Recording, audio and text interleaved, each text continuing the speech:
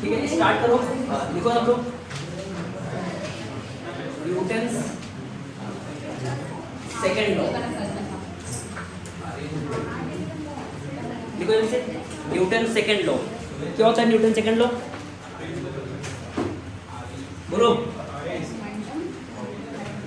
Newton second law क्या होता है?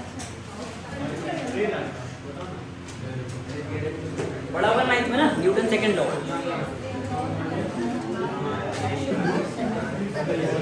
अब ध्यान ना, हमने अभी तक पढ़ा है, फोकस करो, हमने अभी तक पढ़ा है कि मोमेंटम का चेंज है ना, मोमेंटम का चेंज। तो न्यूटन सेकंड लॉ क्या बोलता है कि जो फोर्स लगता है किसी बॉडी पर, जो फोर्स लगता है वो प्रोपोर्शनल टू आता है क्या? Rate of change of momentum. Rate of change of मतलब मोमेंटम का चेंज जिस रेट से करेंगे उतना ज़्यादा, मतलब अगर मोमेंटम का चेंज ज़्यादा होगा तो फोर्स क्या होगा? ज़्यादा होगा। क्योंकि मोमेंटम की डेफिनेशन यही थी ना कि अगर मान लो एक बॉडी रेस्ट है तो उसको चलाने के लिए कितना फोर्स लगाना पड़ रहा है, कितना एफर्ट लगाना पड़ रहा है। तो इसीलिए मोमेंटम रिलेटेड है किससे? फोर्स से। मतलब मोमेंटम का रेट ऑफ चेंज क्या कहलाएगा? फोर्स के प्रोपोर्शनल होगा। तो देखो इसमें, देखो according to second law, according to second law, देखो according to second law, the rate of change of momentum, according to second law, the rate of change of momentum, according to second law, rate of change of momentum of any system, according to second law, the rate of change of momentum of any system is directly proportional to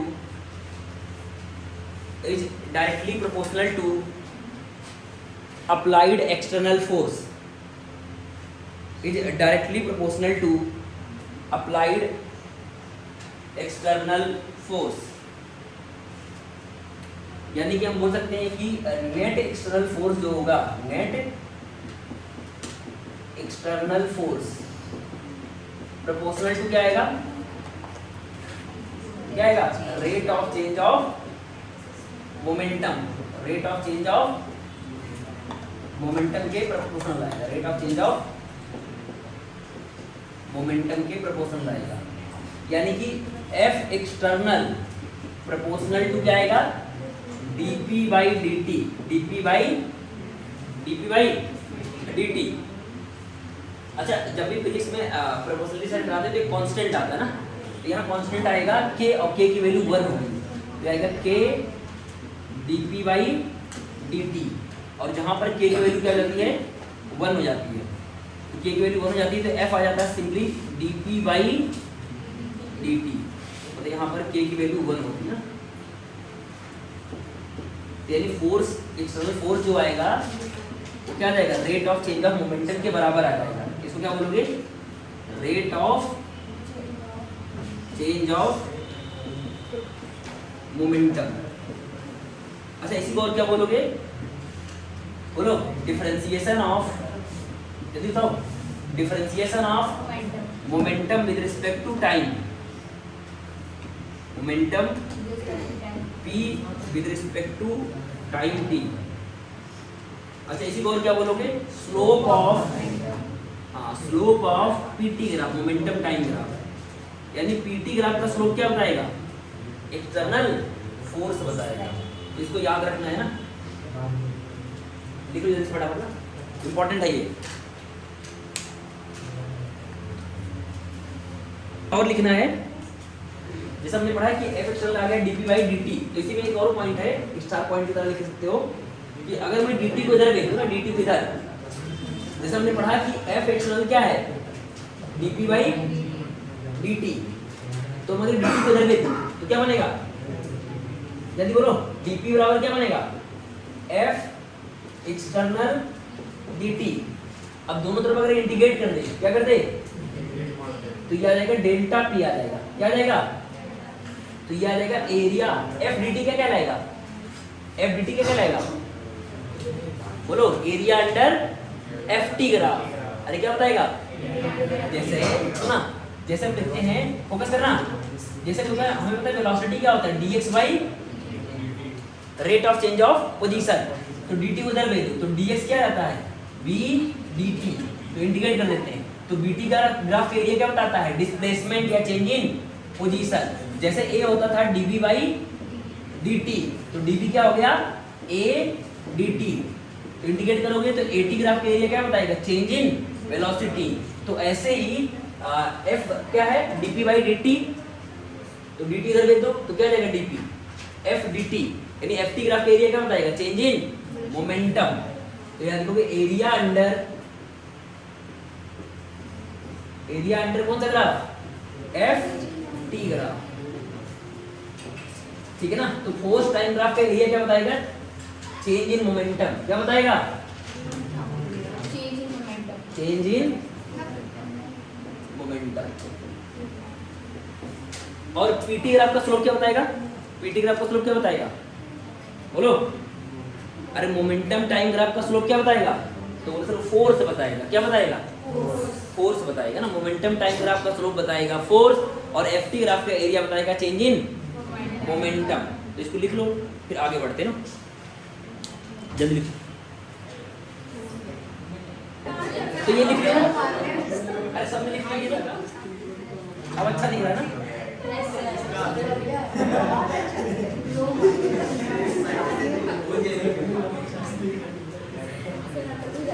ठीक है, अब next point है, ध्यान देना, जैसा अभी हमने पढ़ा कि एक्सटर्नल फोर्स जो होता है तो किसके बराबर होता है, dp बाई, ध्यान देना, अरे एक्सटर्नल फोर्स क्या होता है, dp बाई, अच्छा p क्या होता है, बताना रमन, p क्या होता है, p क्या होता है, p फार्मूला क्या होता है,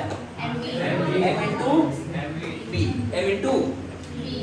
तो इसको मानो फर्स्ट इक्वेशन, इसको मानो, अब ये वाली वैल्यू यहाँ डाल दो ना, तो यहाँ से f एक्सटर्नल कितना आ जाएगा, f एक्सटर्नल तो लिखना y1 and 2, y equation 1 and 2। तो एक्सटर्नल फोर्स क्या आ जाएगा,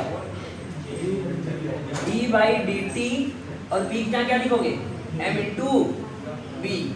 तो इसको मानो फर्स्ट फंक्शन, ध्यान देना, इसको मानो फर्स्ट फंक्शन, इसको और लगा दो डिफरेंशिएशन का प्रोडक्ट रूल, कौन सा रूल, तो डिफरेंशिएशन का प्रोडक्ट रूल क्या बोलता है कि अगर मान लो मुझे निकालना है d by dx ऑफ पहला इंटू दूसरा, पहला इंटू, तो क्या बोलता है, पहले को एज इट इज, जैसे हमने डिफरेंशिएशन का तो नहीं आता ना, लिखा y बराबर पहला इंटू दूसरा, तो इसका डिफरेंशिएशन जो होता है पहले को एज इट इज, दूसरे का डिफरेंशिएशन, प्लस दूसरे को एज इट इज, पहले का डिफरेंशिएशन।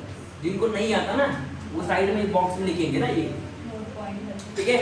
अब यहाँ पर लगाओ रूल, यहाँ रूल लगाओ तो क्या लिखोगे, एक्सटर्नल फोर्स, तो यहाँ लगाओ पहले को एज इट इज, अरे m को एज इट इज, b का डिफरेंशिएशन, तो क्या आएगा, dp बाई, फोकस करो, अरे m को एज इट इज, b का डिफरेंशिएशन क्या हो जाएगा, dp बाई, अब प्लस दूसरे को एज इट इज, यानी कि b को एज इट इज, और m का डिफरेंशिएशन, तो dm बाई dt।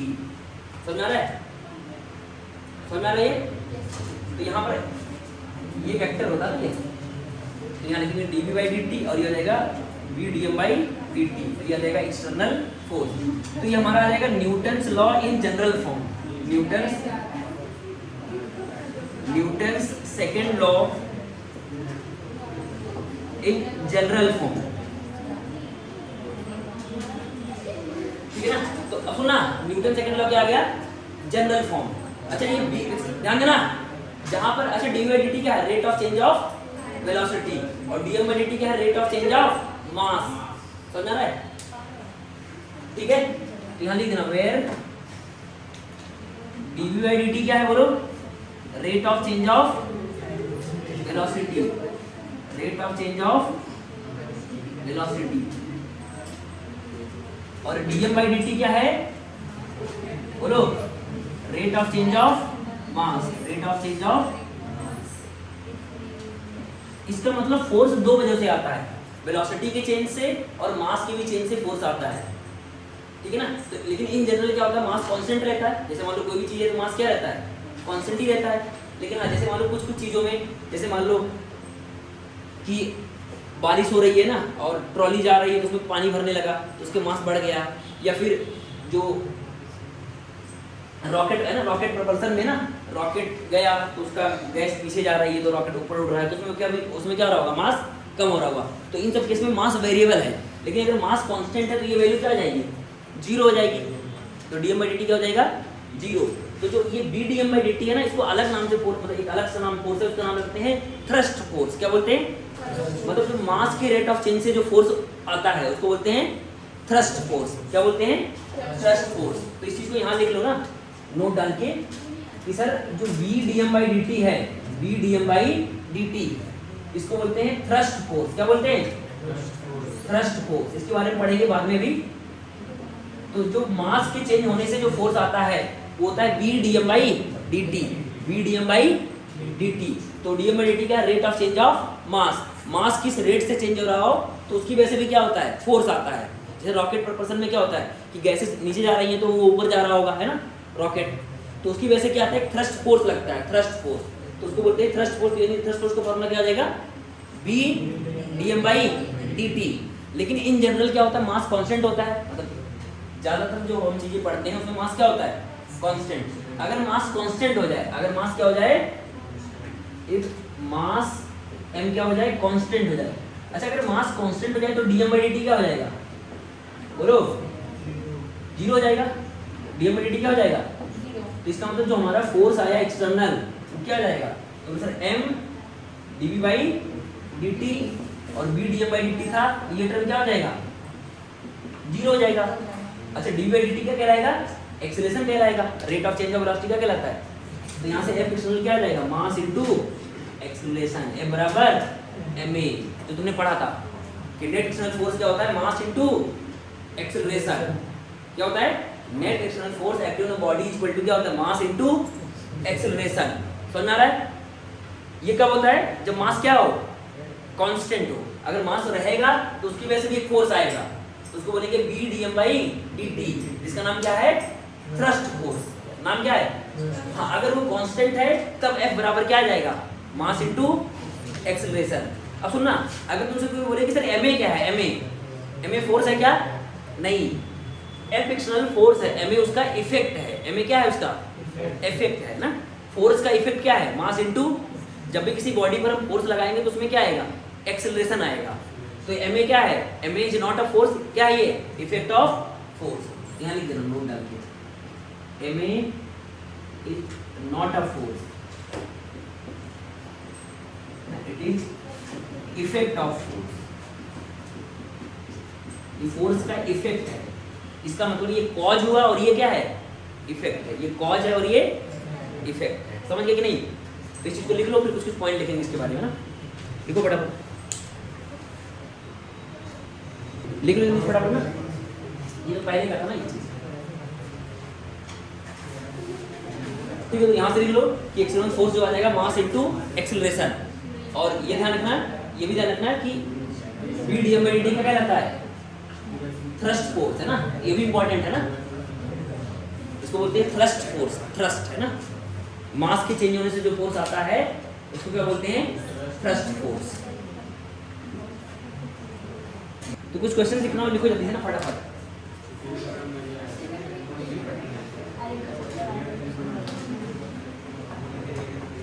देखो पहला क्वेश्चन, वैसे कर चुका ना ऐसे क्वेश्चन, ध्यान दो। जैसे ये वॉल है, ठीक है, और एक बॉल ऐसे आया, ऐसे 10 मीटर पर सेकंड से आया 37 डिग्री पर, फिर यहाँ पर ये हिट किया और ऐसे रिबाउंड कर गया सेम स्पीड से। ये सेम नहीं, हमारे सेम स्पीड से रिबाउंड कर गया ना। और जब यहाँ आया तो यहाँ पर जो कांटेक्ट समय आया ना, कांटेक्ट टाइम, कांटेक्ट टाइम यानी कि डेल्टा टी, वो दे रखा है 0.01 सेकेंड, ठीक है। ध्यान देना, एक बॉल आया और यहाँ हिट किया तो ये 37 होगा, तो ये भी 37, तो ये भी 37, तो यहाँ भी 37 ना। तो क्वेश्चन है find force exerted by the ball on the ball. तो बॉल पे कितना फोर्स लगाएंगे वो बताना है ना। तो बेसिकली तुम्हें क्या निकालना है, चेंज इन मोमेंटम निकालना है और टाइम से क्या कर देना है, डिवाइड कर देना है।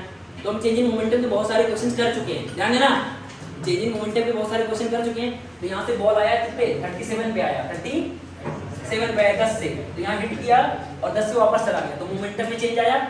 अरे मोमेंटम में चेंज आया, तो मोमेंटम में चेंज अपॉन टाइम इंटरवल, यानी फोर्स होता है delta P by delta T. ध्यान देना, फोर्स क्या होता है, डेल्टा पी बाई डेल्टा, और डेल्टा पी निकालना हम पहले सीख चुके हैं, और डेल्टा टी दे रखा है। तो यहाँ से आ जाएगा फोर्स वॉल ने बॉल पे कितना लगाया होगा, बॉल ने वॉल पे कितना लगाया होगा। तो बेसिकली तुम्हें क्या निकालना है, चेंज इन मोमेंटम, और फिर टाइम से डिवाइड कर देना। तो क्या आ जाएगा, फोर्स आ जाएगा by the wall on the ball, या फिर बॉल ऑन द वॉल, दोनों सेम ही होंगे ना। अरे वॉल पे लगाएगा या फिर बॉल पे लगाएगा बाय न्यूटन्स थर्ड लॉ। तो हमें निकालना find force act by the wall on the ball.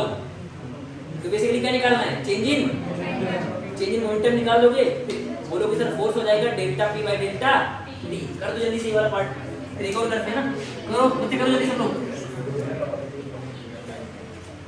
करो फटाफट।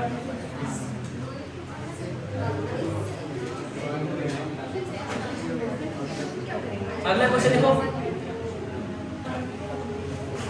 ध्यान देना, एक बॉल को h1 हाइट से गिराया, ड्रॉप किया, यहाँ से जस्ट ड्रॉप h1 हाइट से, यहाँ हिट हुआ और ये रिबाउंड कर गया, यहाँ से क्या कर गया, रिबाउंड किया और ये h2 हाइट तक गया। कितने हाइट तक गया, तो हमें पता है कि जब ये यहाँ पर हिट करेगा तो वेलोसिटी कितनी हो जाएगी, √2g h1, और रिबाउंड करेगा तो स्पीड हो जाएगी √2g h2। और जो कांटेक्ट टाइम है, मतलब ग्राउंड से कांटेक्ट समय है ना, वो मान लो है तो कांटेक्ट टाइम मान लेते हैं डेल्टा टी है। तो क्वेश्चन है find force exerted by wall on ball। तो देखो इसका चेंज इन मोमेंटम ने कितना निकाला, देखिए जल्दी से, चेंज इन मोमेंटम डायरेक्ट क्या निकाला था, 2mu cos थीटा। अरे क्या निकाला था, 2mu cos थीटा, अरे निकाला था ना यार। देखो ना, इधर आएगा cos, इधर आएगा sin, तो sin वाला चेंज ही नहीं हुआ, इसका डायरेक्ट चेंज इन मोमेंटम क्या आ जाएगा, 2mu cos थीटा मॉड। तो m कितना है, m मान लेते ना, m को जो 3 kg मान लेते ना, 3 kg, तो 2 × 3 u कितना है 10, और यहाँ जाएगा cos 37। अरे हमें याद है, हम कर चुके पहले से ये क्वेश्चन चेंज इन मोमेंटम का।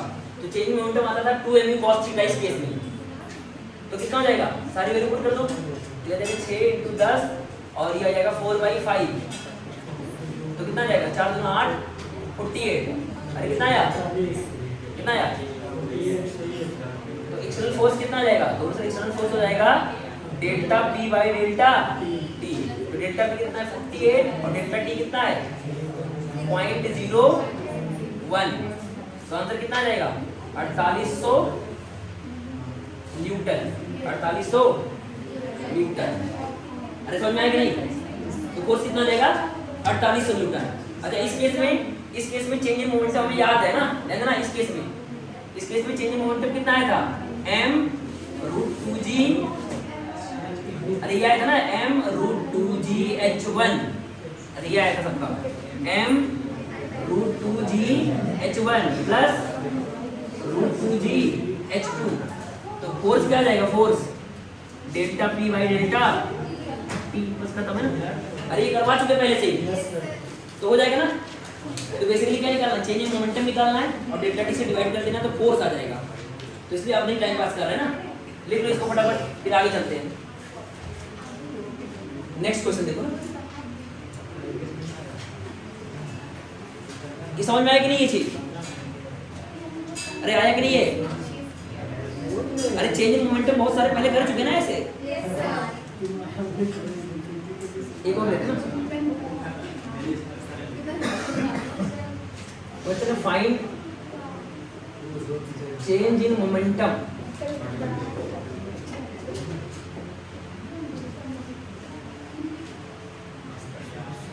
And required force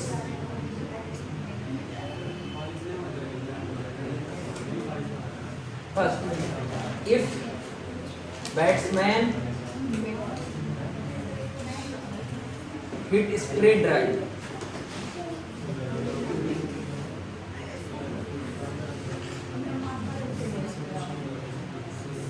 straight drive.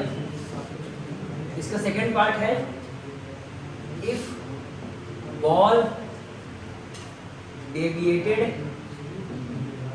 By 37 degree. मतलब यहाँ समझो यहाँ पर बैट्समैन है ऐसे, ठीक है ना, उसके पास बैट है जो भी, और इधर बॉलर है, इसने बॉल को यहाँ से फेंका तो बॉल यहाँ टप्पा खाया और फिर यहाँ पर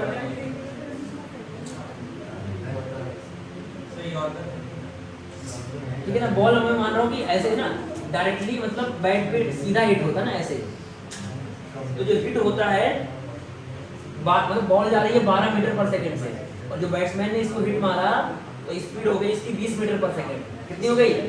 20 मीटर पर सेकंड। तो ये क्वेश्चन है, उसको ट्राई करो जल्दी से। हाँ, मतलब बॉल आई 12 से, उसने हिट किया 20 मीटर पर सेकंड से ना, तो हमें निकालना है क्या कि मोमेंटम में चेंज कितना आया और फोर्स कितना होगा, है ना। अगर कॉन्टेक्ट समय दे रखा है ना, बैट और बॉल के बीच का कॉन्टेक्ट समय है ना, लिख लेते हैं ना।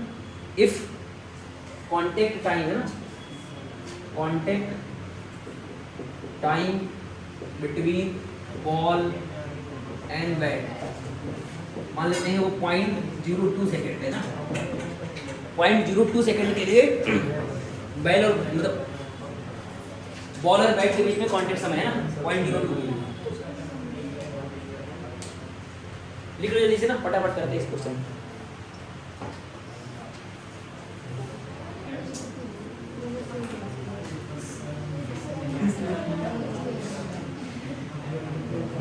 ठीक है, ये वाला पार्ट देखो सब लोग ना।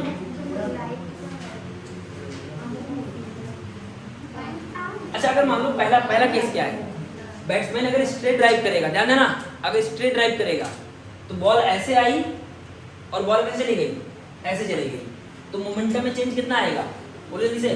फर्स्ट का आंसर देखना। तो बता, मान लेते हैं कि ये डायरेक्शन नेगेटिव है और ये डायरेक्शन क्या है, पॉजिटिव। तो बताओ इनिशियल मोमेंटम क्या होगा, इनिशियल मोमेंटम तो सर m इंटू बी। अच्छा, बॉल का मास कितना मान लेते हैं, 200 ग्राम मान ले क्या,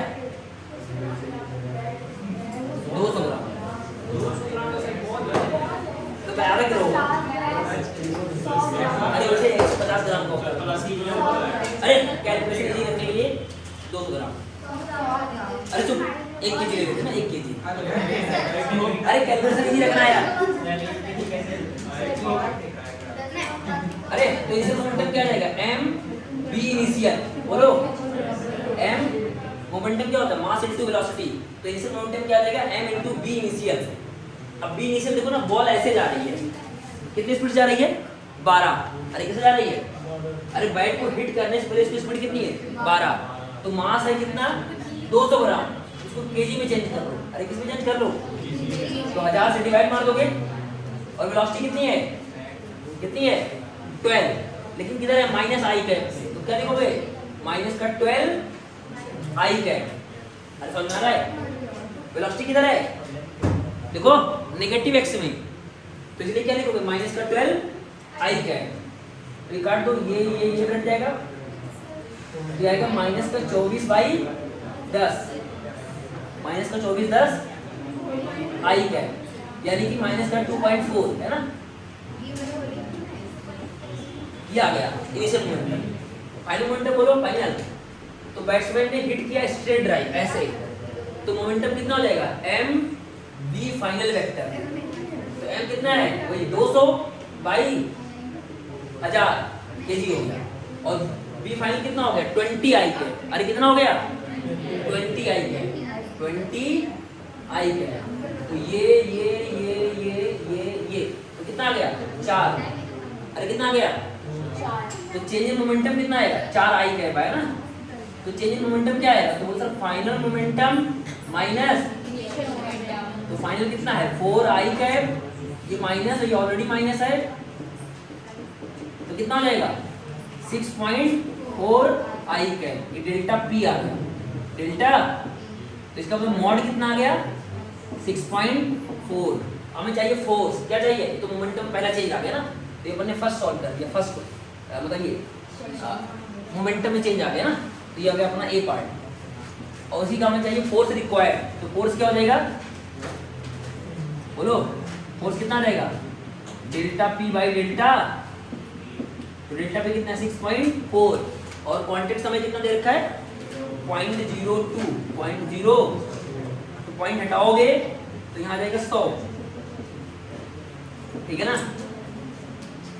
और इसको काटोगे तो 50 है ना, या फिर इसको हटाओगे तो कितना आ जाएगा 32, 3.2 इंटू 100 तो कितना आ जाएगा 320 न्यूटन। अरे कितना आ गया 320, तो मोमेंटम में चेंज आया इतना इतना केजी मीटर पर सेकंड, केजी मीटर पर, और फोर्स आ गया कितना 300। ये कब आया, जब हमने स्ट्रेट ड्राइव लगाया, क्या लगाया। अब अगला है क्या, ball deviated by 37, ball deviate कितना हो गया 37। अरे आया कि नहीं समझ में, ये आया कि नहीं समझ में, बोलो। अरे स्ट्रेट ड्राइव है ना, बॉल ऐसे जा रही थी फिर ऐसे जाने लगी, तो इनिशियल मोमेंटम लिखा अपन ने, आया माइनस का 2.4 आई कैप और फाइनल आएगा 4 आई कैप, तो चेंज इन मोमेंटम क्या आएगा, फाइनल माइनस इनिशियल तो ऐड हो जाएगा, तो मोमेंटम में चेंज आ गया 6.4 आई, यानी कि मॉड कितना आ गया 6.4 केजी मीटर पर सेकेंड। तो फोर्स हो जाएगा delta P by delta T, delta P निकाल चुके हैं, डेल्टा टी क्वेश्चन में दे रखा है, तो फोर्स आ गया, तो बैट्समैन ने इतना फोर्स लगाया होगा बॉल पे, ठीक है।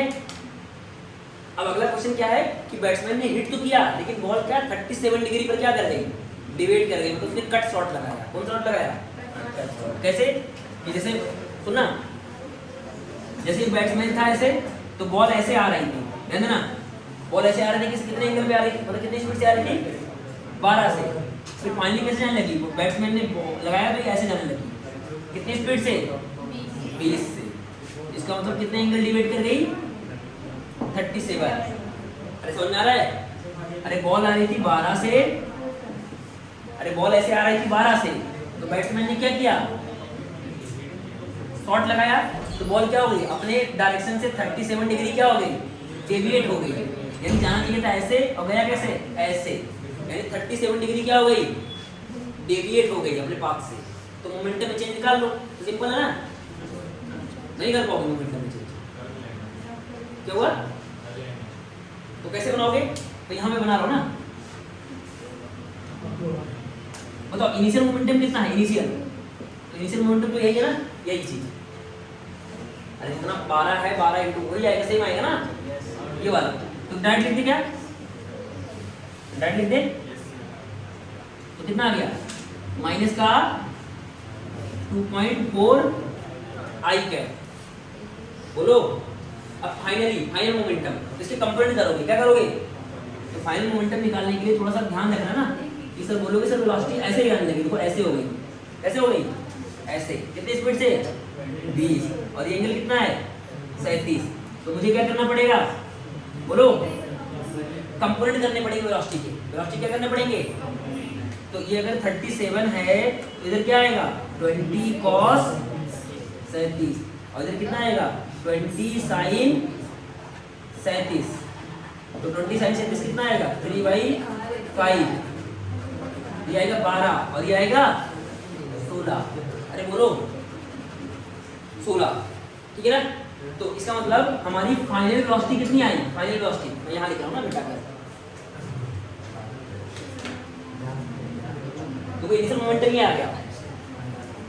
अच्छा तो फाइनल वेलोसिटी कितनी है, फाइनल वेलोसिटी बोलो, तो x में कितना है माइनस का 16 आई कैप, बोलो माइनस का 16, और y में कितना है 12 j कैप, तो मोमेंटम फाइनल कितना आएगा, तो बोलो सर आ जाएगा m v फाइनल, m तो m कितना था बोलो 200 ग्राम, केजी डिवाइड कर दोगे तो 1000 से डिवाइड, और v फाइनल कितना है ये माइनस का 16 आई कैप प्लस 12 j कैप, तो ये कट गया, ये कट गया है ना, तो ये बन गया कितना 0.2 और मल्टीप्लाई कर दो 0.2 है ना, तो कितना आएगा ये माइनस का 3.2 आई कैप, समझ में आ रहा है, और यहाँ पर प्लस का 4 जे कैप। ये आ गया फाइनल मोमेंटम। ये क्या आ गया?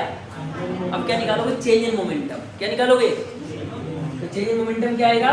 तो मतलब final momentum minus initial momentum.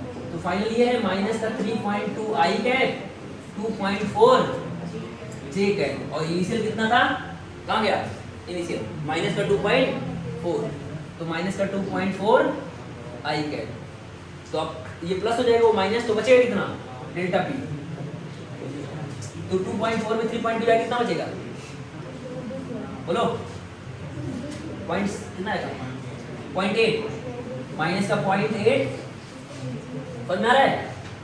अरे इस देखो माइनस 3.2 में से ये हटाओगे तो क्या आएगा? माइनस का 0.8 आई कैप 2.4 जे कैप। ये आ गया मोमेंटम में चेंज आ गया। ये क्या आ गया मोमेंटम में? तो मॉड निकाल लोगे, मॉड पी। तो मॉड पी क्या आ जाएगा?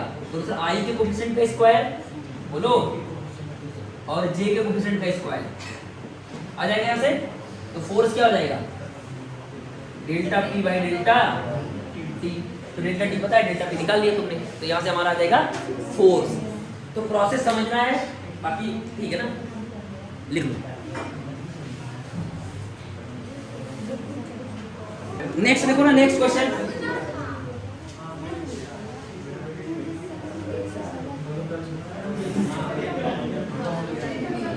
अब ध्यान दो, मैं 2-3 क्वेश्चन बातें नहीं करो ना सब लोग। देखो इधर अगला है मोमेंटम दे रखा है P of A particle. Paper में सब आएगा ना, इसलिए अच्छे से तैयार करो जो क्वेश्चन करवा रहा हूँ। 80 माइनस 80 स्क्वायर माइनस 280। सुनना, जितने फोकस करो, जितने में ध्यान दो, जितने में क्वेश्चन करवा रहा हूँ ना, सबके पेपर में तुम्हें क्वेश्चन मिलेगा, एक एक दो क्वेश्चन। जितने एग्जाम्पल करवा रहा हूँ, हर एक एग्जाम्पल पे एक या दो क्वेश्चन मिलेंगे पेपर में, तो इसलिए ढंग से करो। तो मोमेंटम दे रखा है क्या? 80 स्क्वायर माइनस 280। तो क्वेश्चन है find, first question, force on a particle at t equal to 2 second. दूसरा, एवरेज फोर्स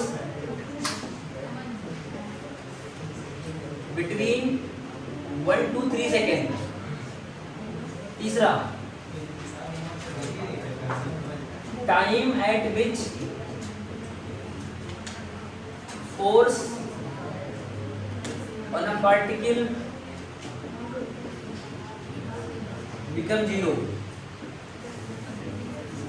ट्राई करो ये क्वेश्चन ना, जल्दी लिखते रहो क्वेश्चन ना, ट्राई करो, और 2-3 क्वेश्चन और लिख दो।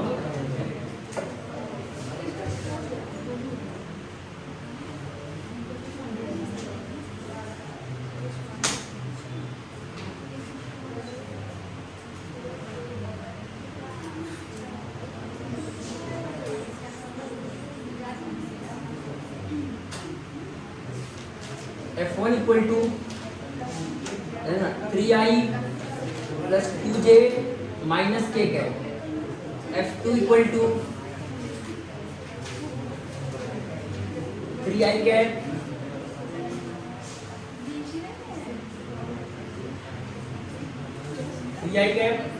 और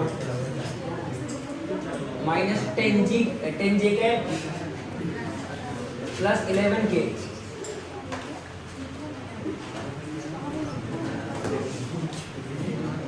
Acting on a body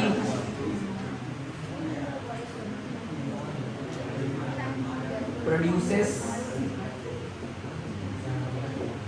acceleration equal to √2 meter per second square. Find mass of body। ठीक है ना, ये दोनों क्वेश्चन ट्राई करो फटाफट जल्दी से।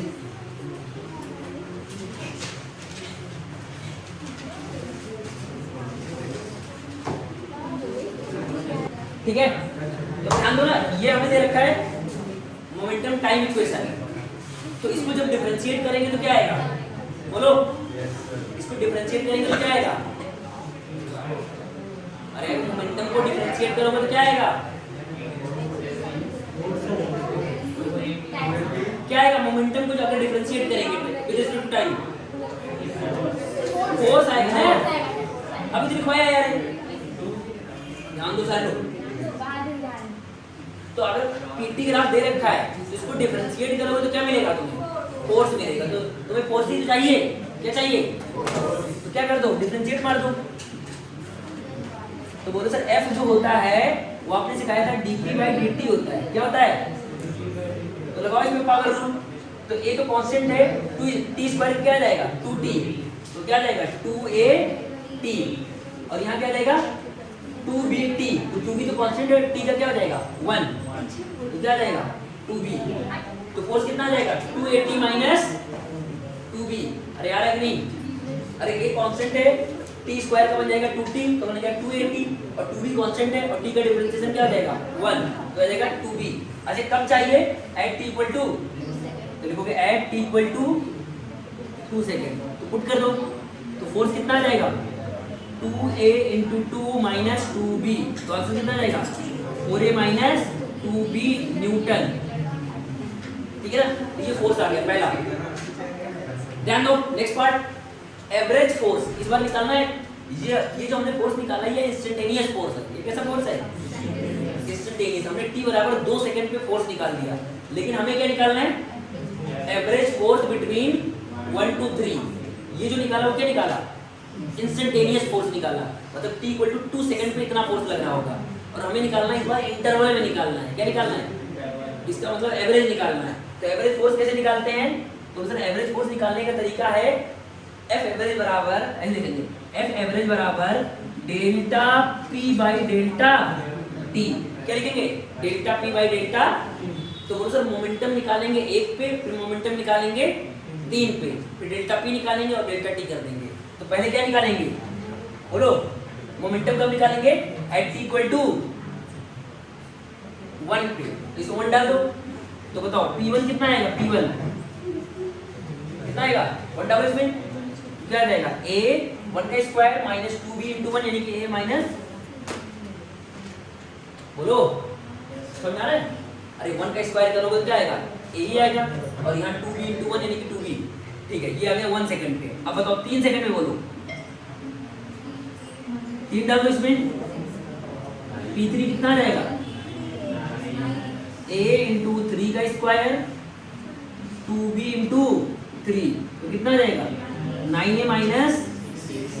अब क्या निकालेंगे? Delta P। क्या निकालेंगे? Delta P। तो डेल्टा P यहाँ निकालोगे तो क्या आएगा? बोलो जल्दी से। तो एवरेज फोर्स आ जाएगा डेल्टा P। डेल्टा P मतलब P3 minus P1, P3 minus, तो कितना आएगा? Delta P upon time interval. और टाइम इंटरवल कितना हो जाएगा? 1 से 3, 1 से, तो इंटरवल कितना हो जाएगा? 3 माइनस 1, 2 सेकंड का। तो बताओ 3 में से अगर 1 घटाओ तो कितना आएगा? 9a में से a घटाओगे तो 8a, अरे कितना बचेगा? 8a। और माइनस 6b में से ये घटाओगे प्लस 2b, तो बचेगा कितना? माइनस का 4b बाई 2। तो यहाँ से f एवरेज कितना आ गया? 2 कॉमन ले लो, तो आ जाएगा 4a माइनस 2b न्यूटन। तो इतना एवरेज फोर्स आ जाएगा। अरे आएगा नहीं? समझ गए? अरे आया कहीं? कैलकुलेशन सही है? तो बोलो सर 1 पे तो ये आया, 3 पे ये आया, अब P3 माइनस P1 निकाल लो, डेल्टा P आ गया, डेल्टा T कितना है? 2 सेकंड का। पुट कर दोगे तो क्या रहेगा? Average force.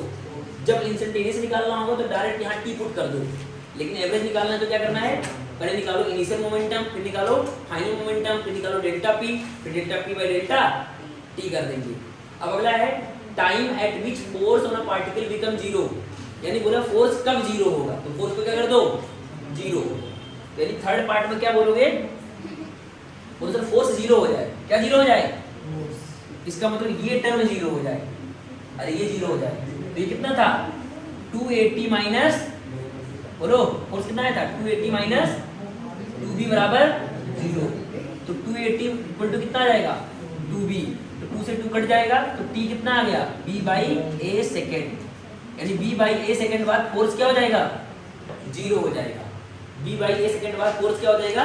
बॉडी पर जीरो हो जाएगा। देखो तीनों पार्ट जल्दी फटाफट है ना।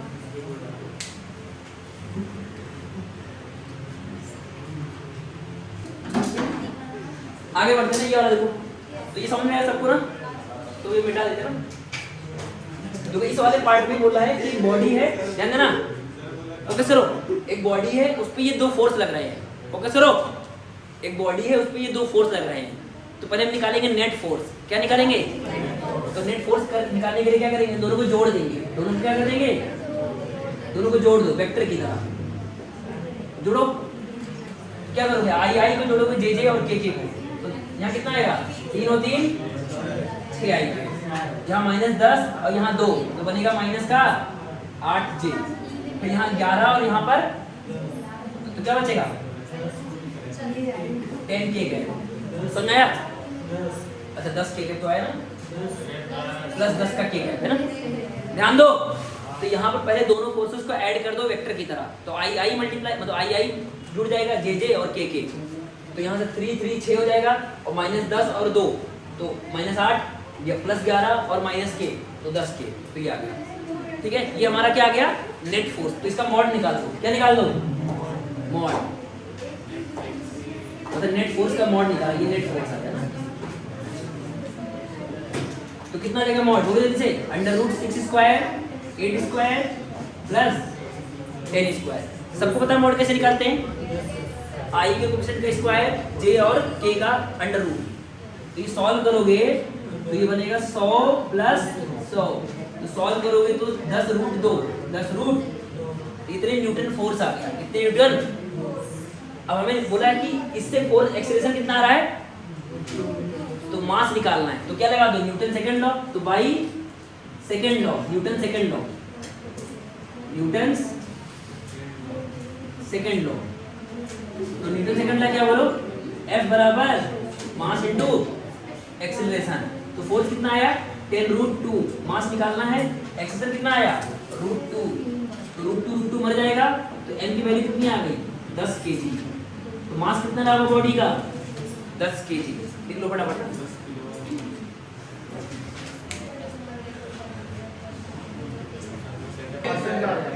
ठीक है, नेक्स्ट क्वेश्चन देखो।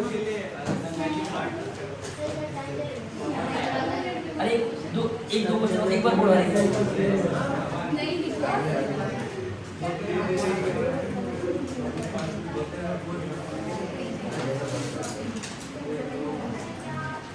ठीक है ना, ध्यान देना, ये एक मात्र पाइप है, ये पाइप है, इसके अंदर कोई, ध्यान देना, कोई लिक्विड वाला है, इसके अंदर से लिक्विड बाहर आ रही है ना, एक ध्यान देना, एक लिक्विड है, एक पाइप है, इसके अंदर एक लिक्विड फ्लो कर रहा है, इसकी डेंसिटी कितनी है? इसकी डेंसिटी है रो। रो क्या है? रो है डेंसिटी ऑफ लिक्विड। रो क्या है? डेंसिटी ऑफ लिक्विड, ठीक है। इसके अंदर ये लिक्विड फ्लो कर रहा है ऐसे, और इसका ये जो सिलिंड्रिकल पाइप है ना, पाइप क्रॉस सेक्शनल एरिया,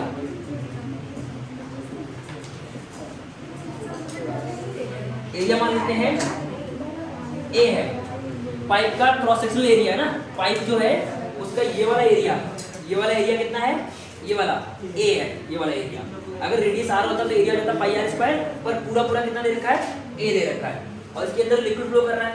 अब यहाँ पर एक वॉल है ना, यहाँ पर एक क्या है?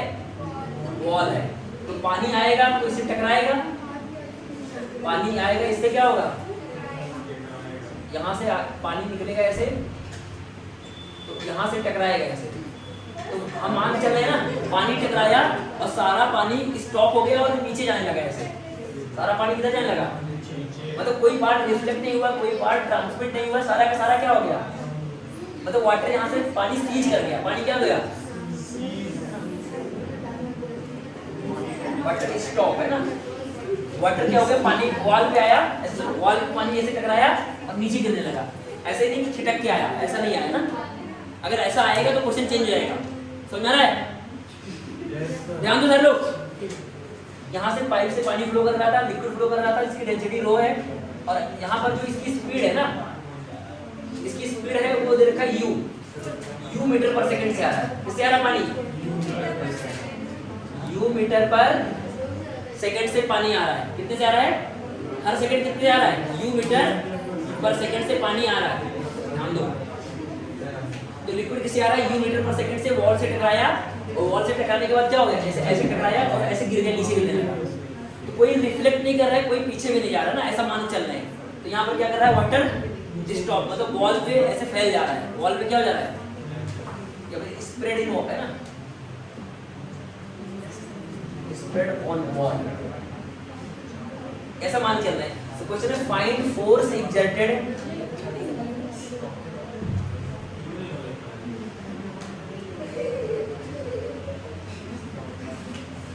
find force exerted by water on the wall, ये wall है ना,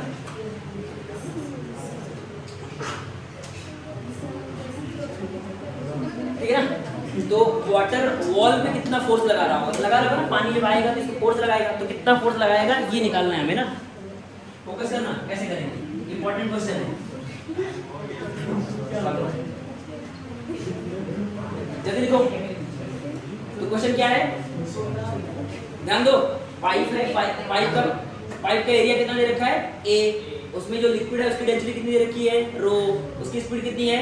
यू मीटर पर सेकेंड। वॉल से टकराया, तो वॉल से टकराया और वॉल पे पानी क्या हो गया? स्प्रेड हो गया, मतलब कोई पानी वापस नहीं आया। तो क्वेश्चन पूछ रखा है कि पानी ने वॉल पे कितना, सुन लो बातें क्या कर रहे हैं। तो क्वेश्चन क्या है? पानी ने वॉल पे कितना फोर्स लगाया, मतलब लिक्विड ने वॉल पे कितना फोर्स लगाया। तो कैसे करोगे? दोनों से फोर्स क्या होता है? रेट ऑफ चेंज ऑफ, पढ़ेगा ना अभी। फोर्स क्या होता है? Rate of change of momentum, कुछ भी बोल लेते हो। फोर्स क्या होता है? रेट ऑफ चेंज ऑफ, ठीक है। तो बेसिकली हमें निकालना चाहिए क्या? मोमेंटम। क्या निकालना चाहिए? Rate of change of. अच्छा बताओ, अच्छा जी यहाँ से पानी फ्लो कर रहा है, तो पानी का मास फ्लो रेट निकाल सकते हैं क्या? मास फ्लो रेट, मास फोकस करना, पानी किससे जा रहा है? यू से। तो पानी का अगर मुझे निकालना है mass flow rate, mass flow rate क्या निकालना है? तो मास क्या होता है? मास, तो अगर डेंसिटी और मास में रिलेशन निकालते क्या होता है? तो सर हमने बचपन में पढ़ रखा था कि डेंसिटी होता है, डेंसिटी मतलब रो होता है मास बाई वॉल्यूम। पढ़ा है सबने? पढ़ा है सबने ये? डेंसिटी इक्वल टू क्या होता है? मास बाई, यानी कि रो बराबर m बाई v। तो m क्या हो जाएगा? रो इनटू v। v क्या है? वॉल्यूम। मास क्या हो जाएगा? रो इनटू, तो मास फ्लो रेट क्या हो जाएगा? तो dm by dt, dm by, तो मास फ्लो रेट को लिखते हैं m डॉट, ऐसे लिखते हैं m डॉट, यानी कि dm by dt, dm by dt, ठीक है ना। तो यहाँ क्या रहेगा? रो, अच्छा रो, अच्छा b कितना हो जाएगा? b कितना हो जाएगा? तो सुनना, क्योंकि पाइप जो है वो किससे जा रहा है? u से जा रहा है, और एरिया कितना है? फोकस करना सब लोग। जैसे मान लो, अच्छा तो 1 सेकंड में कितना गया होगा? 1 सेकंड में, 1 सेकंड में, अरे पानी 1 सेकंड में कितना आगे गया होगा? u। अच्छा t सेकंड में ut, अरे बोलो, अरे पानी जो होगा 1 सेकंड में कितना आगे गया होगा? ut। और ये वाला एरिया कितना है? a। ये पानी यहाँ पहुंच गया, तो ये पानी यहाँ पहुंच गया, यहाँ से यहाँ पहुंच गया, ये इसका वॉल्यूम कितना हो जाएगा? वॉल्यूम, वॉल्यूम ऑफ वाटर, बोलो वॉल्यूम ऑफ वाटर कितना हो जाएगा? जल्दी बोलो, वॉल्यूम ऑफ वाटर, बोलो क्या जाएगा? वॉल्यूम ऑफ वाटर क्या हो जाएगा? AUT। अरे यार सिलेंडर का वॉल्यूम क्या होता है?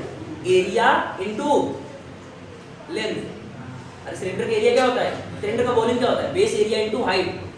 अरे पढ़ा है ना सिलेंडर, जैसे सिलेंडर है ये, सुनना, ये सिलेंडर है, ये इसकी हाइट h है, और एरिया कितना? मान लो रेडियस r है, तो नीचे का एरिया कितना हो जाएगा? पाई r स्क्वायर, और हाइट कितनी हो जाएगी? h। तो सिलेंडर का वॉल्यूम हमने पढ़ा था पाई r स्क्वायर h, सबने पढ़ा था। अरे सिलेंडर का वॉल्यूम क्या पढ़ा था? पाई r स्क्वायर। तो बेसिकली होता है बेस एरिया इनटू हाइट। अरे बेस एरिया क्या है? सर्कल है, तो पाई r स्क्वायर, और हाइट है h, तो वॉल्यूम कितना हो जाएगा? पाई r स्क्वायर h। तो ऐसे ही जब ये पानी यहाँ से आगे जाएगा तो मान लो टी समय में कितना चलेगा, ut। अरे टी समय में कितना चलेगा, ut।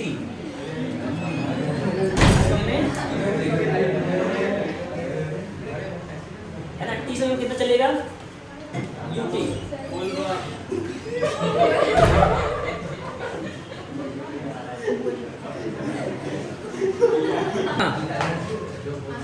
तो बेसिकली देखो हमें निकालना है rate of change of momentum. क्या निकालना है, कभी फोर्स आएगा तो फोर्स मतलब मोमेंटम निकालने के लिए हमें मास फ्लो रेट चाहिए।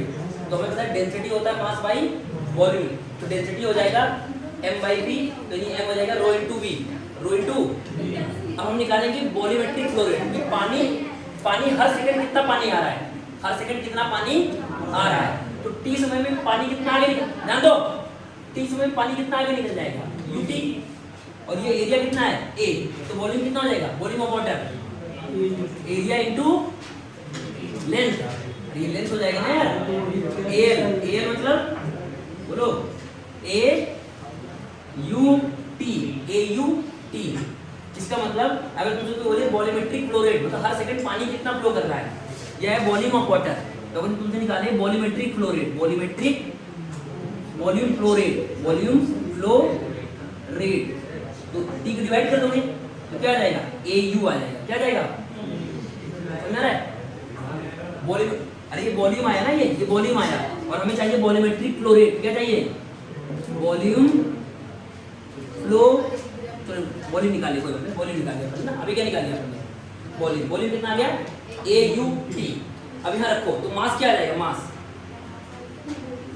तो बताओ मास क्या आ जाएगा, मास रो, और बी के यहाँ क्या लिखेंगे, AUT। तो मास आ गया AUT। तो मोमेंटम क्या आ जाएगा, मोमेंटम। अच्छा तो इनिशियल मोमेंटम क्या आएगा, इनिशियल मोमेंटम तो sir mass into velocity of पानी, है ना। अरे पानी का मास इनटू उसकी वेलोसिटी, तो पानी का मास कितना है, m, और मास ये दे रखा है, कितना मास दे रखा है, रो AUT, और वेलोसिटी कितनी है, u। तो कितना हो जाएगा, रो AU²T। अच्छा फाइनल मोमेंटम क्या हो जाएगा, फाइनल मोमेंटम तो सर पानी आके यहाँ रुक गया मतलब नीचे गिरने लगा, तो इसका तो मोमेंटम फाइनल क्या हो गया, 0। अरे आ रहा कि नहीं, फाइनल मोमेंटम क्या हो गया, 0। तो चेंज इन मोमेंटम क्या आया, change in momentum delta p क्या आएगा, फाइनल माइनस हमें चाहिए मॉड, हमें चाहिए क्या, तो मॉड चाहिए, इसका तो डायरेक्टली क्या जाएगा, रो AU²T, ये आ गया। अब फोर्स क्या होता है, delta p by delta, force क्या होता है, डेल्टा p बाई, बस हो गया ना। तो फोर्स कितना आ जाएगा, तो फोर्स क्या रहेगा, तो सर फोर्स आपने सिखाया था delta p by delta t। तो डेल्टा p कितना है, रो AU²T, और डेल्टा t कितना है, t, डेल्टा t कितना है ना, क्योंकि t समय लगा ना पानी आने में, तो ये कट जाएगा। तो फोर्स का फार्मूला क्या जाएगा, रो AU², यानी कि पानी वाटर पे इतना फोर्स लगाएगी, कितना लगाएगी, रो AU²। अगर यही क्वेश्चन होता कि पानी आया और सारा का सारा वापस रिफ्लेक्ट कर गया तो यहाँ डबल आंसर आ जाएगा। आंसर क्या आ जाएगा, क्योंकि मोमेंटम में चेंज डबल हो जाएगा ना। अगर कोई P से आया और P से वापस, तो मोमेंटम में चेंज क्या आ जाएगा, 2m है ना, 2p, तो इसलिए वो डबल आंसर आ जाएगा। लेकिन क्वेश्चन में क्या बोल रहा है, पानी आया और यहाँ सीज कर गया, मतलब वॉल पे फैल गया, तो इसका मतलब फाइनल मोमेंटम क्या हो गया, 0, और इनिशियल क्या हो जाएगा, m इंटू u। m कितना निकाला अपन ने, रो AUT, ये वॉल्यूम आया ना, वॉल्यूम। अरे t सेकंड में कितना पानी आगे निकल जाएगा, तो बोलो सर निकल जाएगा UT, और एरिया कितना है A, तो वॉल्यूम कितना आ जाएगा AUT। तो मास कितना हो जाएगा, रो इंटू वॉल्यूम, यानी रो AUT। तो मोमेंटम कितना हो जाएगा, m इंटू u, और m है रो AUT और इंटू u, तो आ जाएगा रो AU²T, और फाइनल मोमेंटम हो जाएगा 0। तो चेंज इन मोमेंटम ये आ गया। और फोर्स होता है क्या, delta p by delta t, और टाइम कितना लगा t, तो t कट जाएगा, तो फोर्स कितना आ जाएगा, रो AU²। तो फोर्स क्या आया, रो AU²। तो ये क्या आएगा, force applied by the water on the wall. समझ गए, ठीक है, लिख लो ना इसको। हाँ, अगर पानी मान लो कुछ पार्ट आगे चला गया, अगर वॉल नहीं होता आगे चला जाएगा तो कोई फोर्स नहीं लगाएगा, लेकिन अगर मान लो पानी रिफ्लेक्ट कर गया सारा का सारा तो डबल फोर्स आ जाएगा। अगर बोले कुछ पार्ट रिफ्लेक्ट कर गया, कुछ फैल गया, कुछ ऊपर चला गया, तो हमें देखना पड़ेगा मोमेंटम में एक्चुअल में चेंज कितना है ना। तो ऐसे भी क्वेश्चन बन सकते हैं ना कि पानी वॉल से टकराया तो कुछ पार्ट पीछे आ गया, कुछ फैल गया, कुछ बाहर चला गया, है ना। तो मोमेंटम में बेसिकली चेंज निकालना है ना, अपॉन टाइम इंटरवल करना है, समझ गए। पर इस केस में क्या था, इस केस में क्या था, पानी आया, वॉल पे टकराया और ऐसे नीचे गिर गया, तो मोमेंटम में चेंज फाइनल क्या हो गया, जीरो। तो मोमेंटम फाइनल जीरो हो गया और इनिशियल कितना था, तो टकराने से पहले मोमेंटम क्या होगा, ये जो होगा ना rho A U square T, तो फाइनल जीरो हो जाएगा। तो ये आ गया चेंज इन मोमेंटम। फिर फोर्स का फार्मूला लगा दोगे delta P by delta T, है ना, delta P by delta, delta T है ना, ये टी नहीं है, ये क्या है डेल्टा टी, तो टी टी कट जाएगा, तो आ गया force rho A U square. समझ गए ना। तो कल से एक दो क्वेश्चन और करेंगे, फिर हम अपन बात करेंगे न्यूटन्स थर्ड लॉ की ना, ठीक है।